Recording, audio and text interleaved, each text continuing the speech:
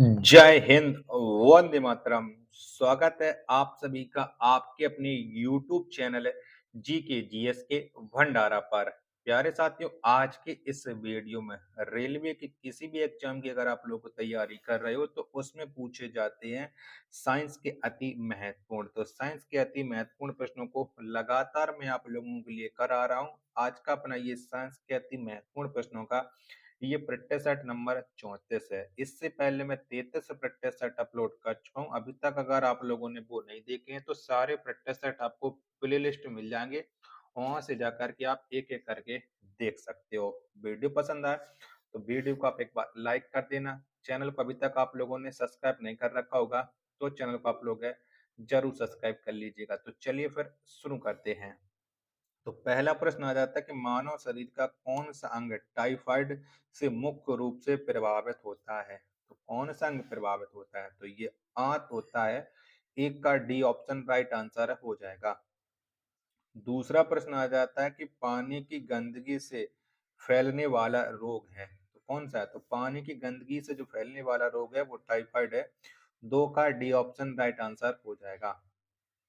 तीसरा प्रश्न आ जाता है कैंसर अस्थि मज्जा के कौन से भाग को प्रभावित करता है। तो कैंसर ये अस्थि मज्जा के ल्यूकोमिया भाग को प्रभावित करता है। तीन का बी ऑप्शन राइट आंसर हो जाएगा।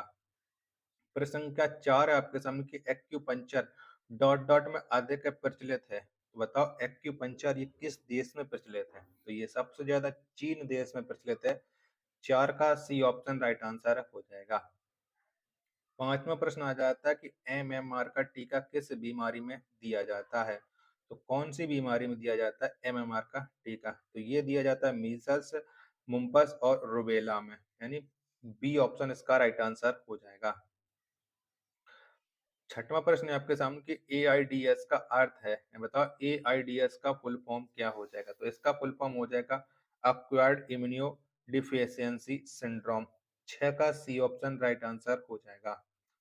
सातवां प्रश्न आ जाता है कि जीवाणु की रोम जैसी संरचना को कहा जाता है। तो क्या कहा जाता है। तो जीवाणु की रोम जैसी संरचना को फ्लैजिला कहा जाता है। सात का ए ऑप्शन राइट आंसर हो जाएगा। आठवां प्रश्न है आपके सामने कि निम्नलिखित में कौन सा अम्ल पेट के जीवाणु का नाश करता है। तो कौन सा अम्ल करता है। तो ये HCl यानी हाइड्रोक्लोरिक अम्ल करता है। आठ का बी ऑप्शन करेक्ट आंसर हो जाएगा। अगला प्रश्न प्रश्न संख्या 9 है कि हीमोफीलिया एक अनुवांशिक रोग है जिसका परिणाम है। तो इसका परिणाम क्या हो जाता है हीमोफीलिया का, आपको बताना है। तो रक्त का नहीं जमना। डी ऑप्शन 9 का राइट आंसर हो जाएगा। 10वां प्रश्न है आपके सामने एक्यूपंक्चर क्या है। तो बताओ क्या है। तो एक्यूपंक्चर या एक सुइयों के माध्यम से उपचार है जो चीन देश में सबसे ज्यादा है। 10 का सी ऑप्शन राइट आंसर हो जाएगा। अगला प्रश्न प्रश्न संख्या 11 की डिप्थीरिया रोग से ग्रसित होती है। तो क्या ग्रसित होती है डिप्थीरिया से। तो डिप्थीरिया से जो ग्रसित होती है वो गला होता है। 11 का बी ऑप्शन राइट आंसर हो जाएगा। 12वां प्रश्न है कि मलेरिया रोग प्रभावित करता है। तो मलेरिया रोग क्या प्रभावित करता है ये आपको बताना है। वीडियो पसंद आ रही तो प्लीज वीडियो को लाइक करें और चैनल को अभी तक आप लोगों ने सब्सक्राइब नहीं कर रखा होगा तो चैनल को आप लोग जरूर सब्सक्राइब कर लीजिएगा। तो मलेरिया जो से रोग से जो प्रभावित होता है वो पीलिया होता है। क्या पीलिया। 12 का सी ऑप्शन राइट आंसर हो जाएगा। 13वां प्रश्न के एआईडीएस में डी का अर्थ है, बताओ क्या है। तो इसमें जो डी का अर्थ है वो है डिफिशियंसी, यानी 13 का सी ऑप्शन राइट आंसर हो जाएगा। 14वां प्रश्न आ जाता है आपके सामने कि ग्लूकोमा व ट्रैकोमा किस अंग के रोग हैं। बताओ ये कौन से अंग के रोग हैं। तो ये रोग हैं आंख के। 14 का डी ऑप्शन करेक्ट आंसर हो जाएगा।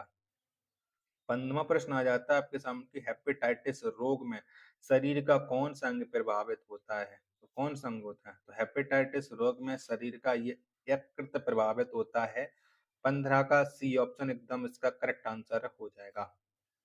16वां प्रश्न है आपके सामने कि डॉट डॉट रोग पानी के माध्यम से फैलता है। तो बताओ कौन सा रोग है जो पानी के माध्यम से फैलता है। तो ये फैलता है हैजा। 16 का डी ऑप्शन करेक्ट आंसर हो जाएगा। 17वां प्रश्न है आपके सामने कि प्याज है। बताओ प्याज क्या है। तो प्याज या एक है वल्व है। 17 का बी ऑप्शन करेक्ट आंसर हो जाएगा। अगला प्रश्न प्रश्न संख्या 18 है कि अदरक होता है रूपांतरित। तो अदरक किस में रूपांतरित होता है? 18 का आंसर आपको देना है। तो ये तना में होता है। 18 का डी ऑप्शन करेक्ट आंसर हो जाएगा। 19वां प्रश्न आ जाता है कि बांस किस कुल का पौधा है? तो बताओ बांस कौन से कुल का पौधा है? तो ये घास का पौधा है बांस। 19 का बी ऑप्शन करेक्ट आंसर हो जाएगा। 20वां प्रश्न की सामान्य चीनी या केन शुगर किसे कहते हैं? तो बताओ किसे कहते हैं? तो सामान्य चीनी या जो केन शुगर है ये कहा जाता है सुक्रोज को। 20 का ए ऑप्शन करेक्ट आंसर हो जाएगा। 11वां प्रश्न की नाशपाती खाने योग्य भाग है। बताओ नाशपाती का कौन सा भाग खाया जाता है? तो ये गूदेदार पुष्पासन नासी का खाने योग्य वाला भाग होता है। 21 का ए ऑप्शन राइट आंसर हो जाएगा। 22वां प्रश्न कि सेब का कौन सा भाग खाने योग्य है? तो कौन सा हम सेब का भाग खाते हैं? तो मंसाल या पुष्पासन ये सेब का खाने वाला भाग है। 22 का सी ऑप्शन राइट आंसर हो जाएगा। 23वां प्रश्न कि आलू उदाहरण है। बताओ आलू ये किसके उदाहरण है? तो ये रूपांतरित तने का उदाहरण है आलू। 23 का सी ऑप्शन करेक्ट आंसर है हो जाएगा। 24वां प्रश्न है काली मिर्च पादप एक डॉट डॉट है। बताओ क्या है? तो काली मिर्च पादप या एक झाड़ी है। 24 का डी ऑप्शन राइट आंसर हो जाएगा। 25वां प्रश्न आ जाता है कि पौधे के किस भाग से जूट की प्राप्ति होती है? तो पौधे के कौन से भाग से हम जूट को प्राप्त करते हैं? ये आपको बताना है। प्रश्न संख्या 25 का राइट आंसर क्या हो जाएगा? चारों ऑप्शन आपकी स्क्रीन पर शो रहे हैं। तो तना से हम जूट को प्राप्त करते हैं। 25 का सी ऑप्शन राइट आंसर हो जाएगा। 26वां प्रश्न आ जाता है कि रंजक व खाद्य पदार्थ बनाने में किसका प्रयोग किया जाता है? किसका प्रयोग करते हैं? तो रंजक व खाद्य पदार्थ बनाने में कैरामल का प्रयोग किया जाता है। 26 का ए ऑप्शन करेक्ट आंसर हो जाएगा। 27वां प्रश्न कपास से प्राप्त होता है। तो बताओ कपास किससे प्राप्त होता है? तो कपास या बीज से प्राप्त होता है। 27 का सी ऑप्शन करेक्ट आंसर हो जाएगा। 28वां प्रश्न की प्याज परिवर्तित रूप है। बताओ प्याज ये किसका परिवर्तित रूप है? तो ये तने का है। 28 का ए ऑप्शन राइट आंसर हो जाएगा।